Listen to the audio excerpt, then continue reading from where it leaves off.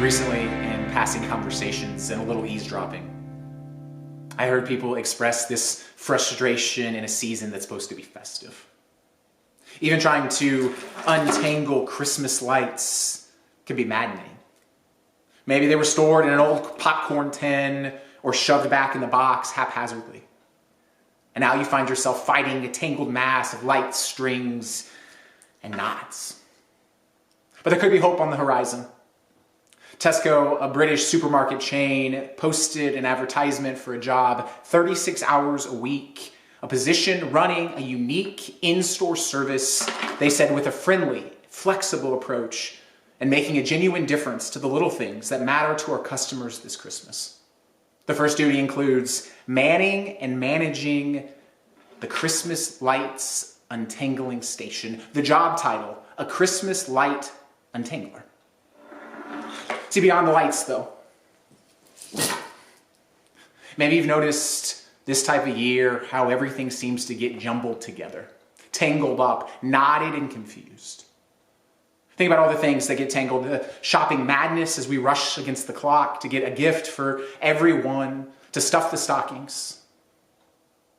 We face the sweet gluttony of sugar cookies and snickerdoodles and pfeffernusse and the little cookies with the Reese's peanut butter cups in the middle. Oh, man.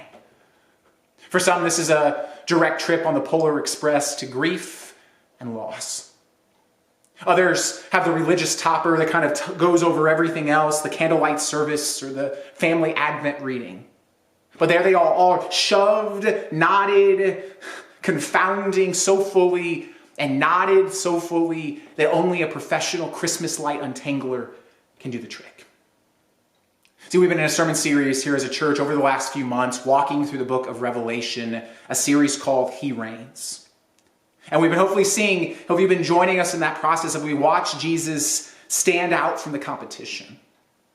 But over the next 2 weeks, I want to put that series on hold so that we can do something imperative to begin to untangle the cords around Christmas. To answer some of the underlying, most foundational questions of all that will allow the reason for the season to shine bright as we come into Advent again. It's easy just to do what we did last year. It's easy to do this decade, maybe what we did last decade, without ever really knowing why. You've probably heard the story, often dubbed Grandma's ham. A husband and wife were in the kitchen. She was cooking ham for dinner, and he was reading the paper, kind of peering over the top, supervising. When he noticed, to his horror, that his wife cut an inch off the top of the ham and an inch off the bottom of the ham. And he protested. He couldn't handle it. He said, "Sweetie, you can't waste perfectly good ham like that. Why do you cut off the ends?" She thought about it. She didn't know. She said, "Well, my mom did it that way." "Well, why did your mom do it that way?" He shot back. That night, she called her mom and asked the question, "Mom, why did you do that?" And she said, "Well, honestly, I don't know. It's just because my mom used to do it that way." Now, this woman's grandmother had passed away, but her grandfather hadn't, so she made the call. She asked him, "Grandma, do you remember how Grandma used to do that? A little off the top, a little off the bottom?" He hemmed and hawed for a moment, and then finally, the reveal moment, he replied, "She cut a little off the top and a little off the bottom so the ham could fit in the baking pan." See, but today, instead of just cutting off the edges, doing what we've always done, we want to dig in and enjoy. So let's start with the basics. Why do we call this holiday in December Christmas at all? Matthew chapter 1, verse 21 gives us the reason for celebrating, for sure. Joseph, in a vision from an angel, is told that she, Mary, will give birth to a son and to give him the name Jesus. Why? Because he will save his people from their sins. See, before Christianity was legal, many believers celebrated what looks like Xmas. And instead of them trying to cut Christ out of Christmas, this was actually the first letter in the Greek alphabet tying to the word Christos, Chi in Greek. This was the X that marks the spot of the greatest treasure in the galaxy and beyond, a symbol, a secret for Christians to connect and focus their worship on Jesus. The Greek form of the Hebrew word name, Joshua, which means the Lord saves. The angel was telling Joseph, was telling the world something imperative, that Jesus Christ, the Lord, had come to save his people. Fighting for life in a world of death, taking people saturated in sin and making them as white as snow. See, that spirit of celebration as Christianity became legal began to spread across Europe. Churches openly began to have a service dedicated to the birth of Jesus. They served communion, right? Honoring Jesus' body and blood, his sacrifice that would come on the cross. Some of these churches called that the Eucharist, a word tied to thanksgiving. They gave thanks. They celebrated. It was a party, and they called this party Christ's Mass. You get it. Christmas. Author and pastor Rick Warren shared that for 5 decades, his family tradition has been to celebrate Christmas with a party. Called a birthday party for Jesus. Cake is involved, and I don't think the kind of cake matters. Don't worry whether you got an ice cream cake from Dairy Queen or angel food cake, right? Because angels singing on high, or even devil's food cake, because this was the birth that began battering the enemy. It doesn't matter. But it's in actually throwing a birthday party like you would for someone in your family that we remember God is inviting us into his family. Not a kiddie party, but for all of us. To help us put Advent in its proper perspective. See, after the cake, candles, and chorus of happy birthday, why not answer 2 simple and yet centering questions? What from the past year are you thankful to God for? And since it's Jesus' birthday, question number 2, what gift will you give him this next year? See, maybe he's asking you just to give him more time. Maybe he's asking you this year just to give him more focus. Maybe this time he's asking you just to come and sit with him and to commune with him, to join him at the party. The invitations have already gone out, don't worry. They went out in advance. The psalmist, Psalm 100, verse 4, declared, "Enter his gates with thanksgiving and his courts with praise. Give thanks to him and praise his name. For the Lord is good and his love endures forever. His faithfulness continues through all generations." You've got the invitation. The party is nearing, but are you ready? We celebrate the birthday, the Christ Mass, and with one knot untied. Let's go to a bigger jumble of lights that have got knotted and need a Christmas lights untangler. Question number 2, who is Santa Claus? Guy at the mall, guy in the North Pole, the guy who taps the undeveloped talent of Rudolph? Let's remember the interaction that Jesus had with the rich young ruler to begin this untangling. Matthew chapter 19, verse 21, this guy had come to Jesus looking for the answer, looking for what else do I have to do to get God? And Jesus challenges the one place he's failed to surrender, his stuff. Go figure. If you want to be perfect, complete, go, sell your possessions and give to the poor, and you will have treasure in heaven. Then come, follow me. This is one of the most famous interactions in the New Testament because it rocks this guy where he's at, and he turns and he goes away sad. One person who took this verse or section to heart is a guy named Nick. Born in the 3rd century in a village in Asia Minor, modern-day Turkey, Nick, like the rich young ruler, found himself in a position of decent wealth. His parents had died when he was young, and their inheritance supplied a huge amount of money for him. See, but unlike the rich young ruler, Nick had a deep devotion to Christ. Not fearing losing his money and walking away from Jesus, but using his money to walk closer to Christ as an expression of his faith, an expression of Christ's heart. Assisting the needy, sick, and suffering. Blessing young children. See, he serves in the church in what's called a bishop. He was the bishop of Myra. And he would travel around, kind of a sly giver, didn't want everyone to know, and so he would drop gold coins or balls of gold through open windows. Some of them even fell in stockings that were warming over the fire. As legend goes, he famously helped provide dowries for 3 young ladies, throwing baggies of gold over successive nights to help buy them out of indentured servanthood that grew closer. Each night got them closer to starting a new life. Interestingly, this Nick is now what's called the patron saint of pawn shops, pawnbroking. Why? Because he redeemed those who were headed for slavery and gave them new life. And even today, December 6th, St. Nicholas Day, the National Pawnbrokers Association gives away gifts, musical instruments to children to bless them, just like Nicholas would have done. Traveling around, especially in colder times of the year, in his red hat, the bishop attire, and red coat. Sound familiar? Giving gifts to young children. See, there's an old Christmas song called Jolly Old St. Nicholas. It helps highlight this intermingling of St. Nicholas and Santa Claus. Part of the lyrics go like this: Jolly old St. Nicholas, lean your ear this way. Don't you tell a single soul what I'm about to say. Christmas Eve is coming soon now, you dear old man. Whisper what you'll bring to me. Tell me if you can. Another verse: Johnny wants a pair of skates. Susie wants a doll. Nellie wants a storybook. She thinks dolls are folly. As for me, my little brain isn't very bright. Choose for me, old Santa Claus, what you think is right. Do you see how they mingle together? In culture and in history, kind of the story grows and twists as one knot. And yet Untangling the Lights gives us a fuller picture of this jolly old St. Nicholas. Not the guy who spends time in the North Pole or your mall or plays a role seemingly without vice or brokenness. But St. Nicholas, in perfectly seeking Jesus Christ to use his generosity as a way of helping people see his God.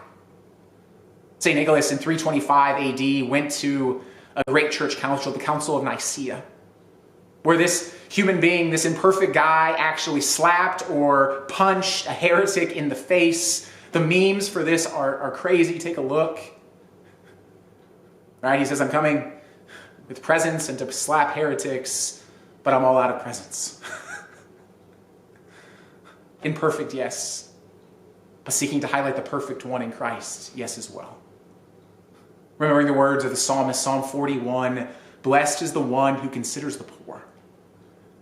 In the day of trouble, the Lord delivers him. The Lord protects him and keeps him alive. He is called blessed in the land. See what a powerful untangling, instead of focusing on what we're going to buy or get or consume or accumulate, we get this reminder to let our light shine through our generosity. Like St. Nicholas, not just celebrating one day where we're called to be generous and to put a little money in the red bin, but a way of life that speaks to all we've been given. Generous because Advent is God's generosity overtaking everything else in the world. The good news that tramples everything else, that leaves everything else behind. Reminding us that we can never outgive God. Pointing to the gospel, a love that propelled him to give what was costly for him. The gift that is priceless for us. And a gift that's presented to us that we can either open and accept or push back and reject.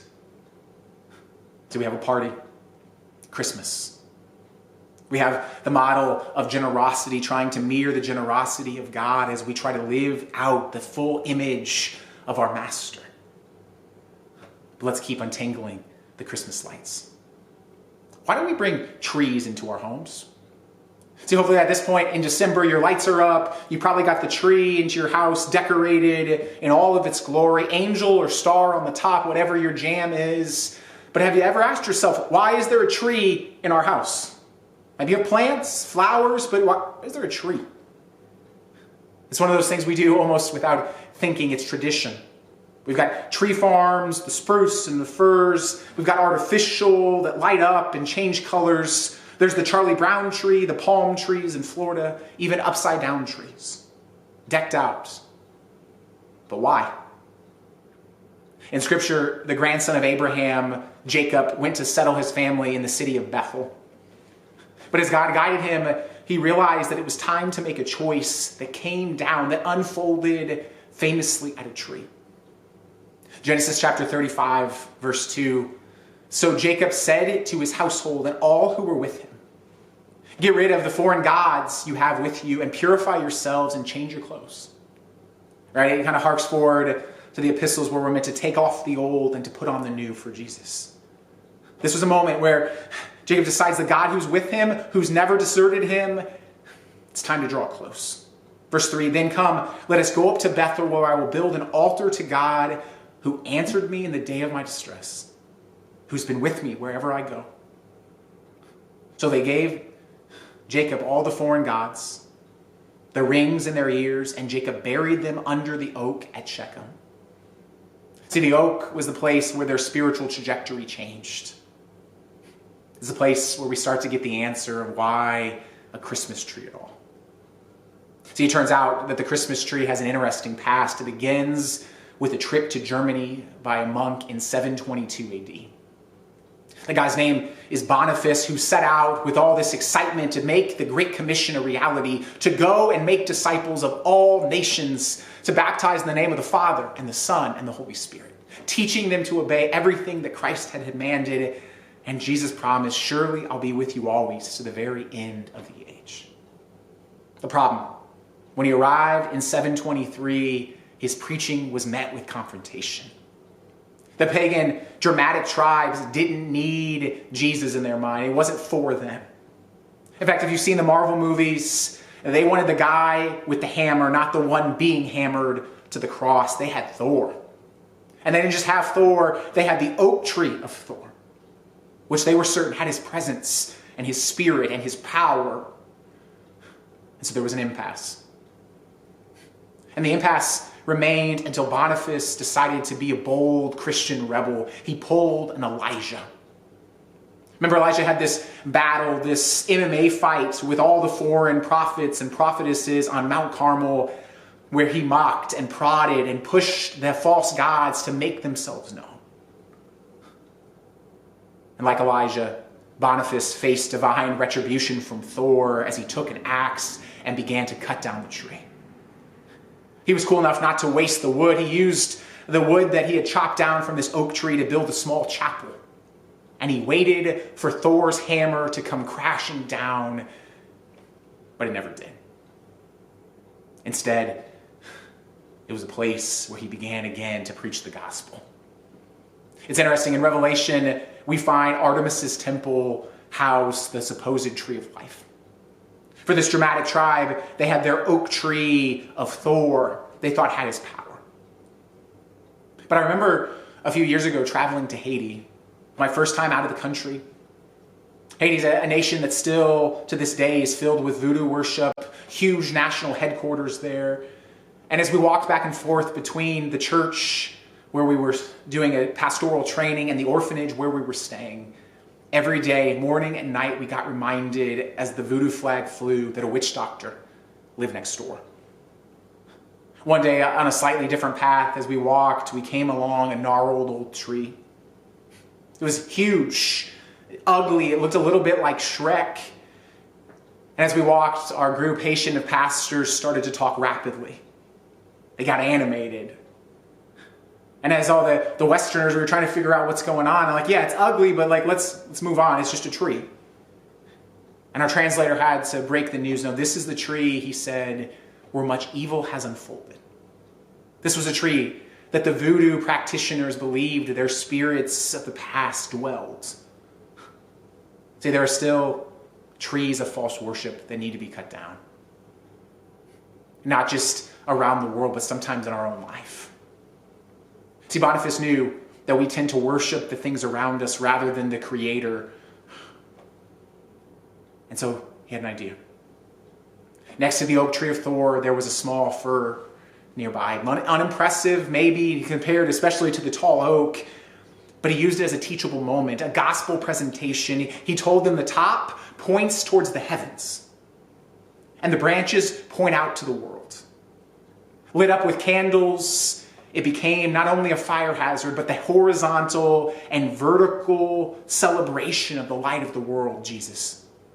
They didn't need the oak of Thor when they had Christ who would bear our cross, dying for the sins of the world. See, Jesus highlighted at different times the Christmas cross. He said, love the Lord your God with all your heart, mind, soul, and strength. And like unto it, love your neighbor as yourself. See, Boniface's boldness was enough to convince many that heard the gospel with the oak tree of Thor cut down to come to Christ. See, this Christmas, don't look at your Christmas tree the same again. You now are able to answer the question of why. Look to the top, going to the heavens, and the branches going out into the world. But ask yourself the question, where do you need to cut down trees of false worship? Where can you replace areas of folly with festive worship? Where can you cut down empty consumerism where you just try to fill your eternal hole with just temporary stuff and instead embrace a life of true generosity? Where can you go beyond celebrating a 24-hour period where you drink eggnog or a month where you sing Christmas songs poorly? Yes, we know you want a hippopotamus. And instead, live a life tied to the birth of your King. See, today, while you may need a professional Christmas lights detangler to get out the knots in your strands of light at home, it's in Detangling Christmas that shines a light on Thanksgiving. Right? Christ's Mass, the Eucharist, a time of thanksgiving for his birth. A time of generosity, right? Why Santa Claus? Because it's St. Nicholas who gave of himself, gave from his abundance, gave sacrificially even to build others up. And a time to shine by looking up and like branches reaching out to the world in need. That this Christmas, we can celebrate the one that should make every day worth giving thanks. God bless you guys. Join us next week as we look at part 2 of the Christmas Light Untangler. As we start to undo the cords and the knots and the jumbling around Christmas so that we can worship this Advent season with the answers that give us hope. The reason for the season. Merry Christmas. Or should I say Merry Xmas. Christos. God bless. Take care.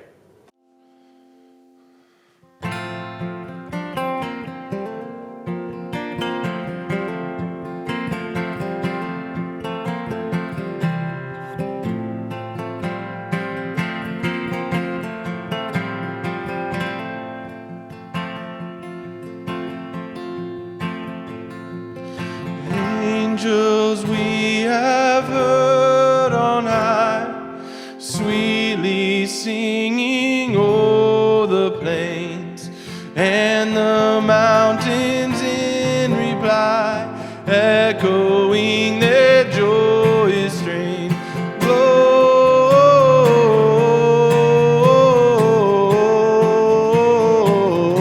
Gloria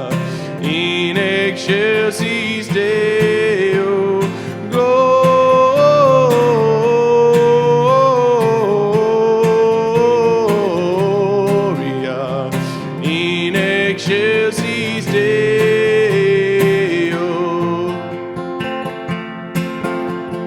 Come to Bethlehem and see Christ whose birth the angels sing. Come adore on bended knee Christ the Lord, the newborn King.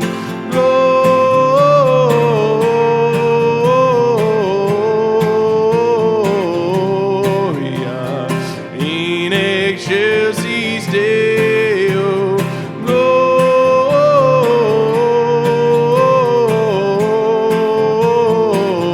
Gloria in excelsis Deo.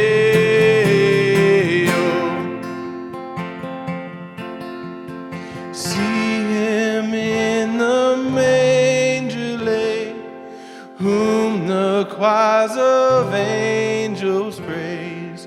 Mary, Joseph, lend your aid while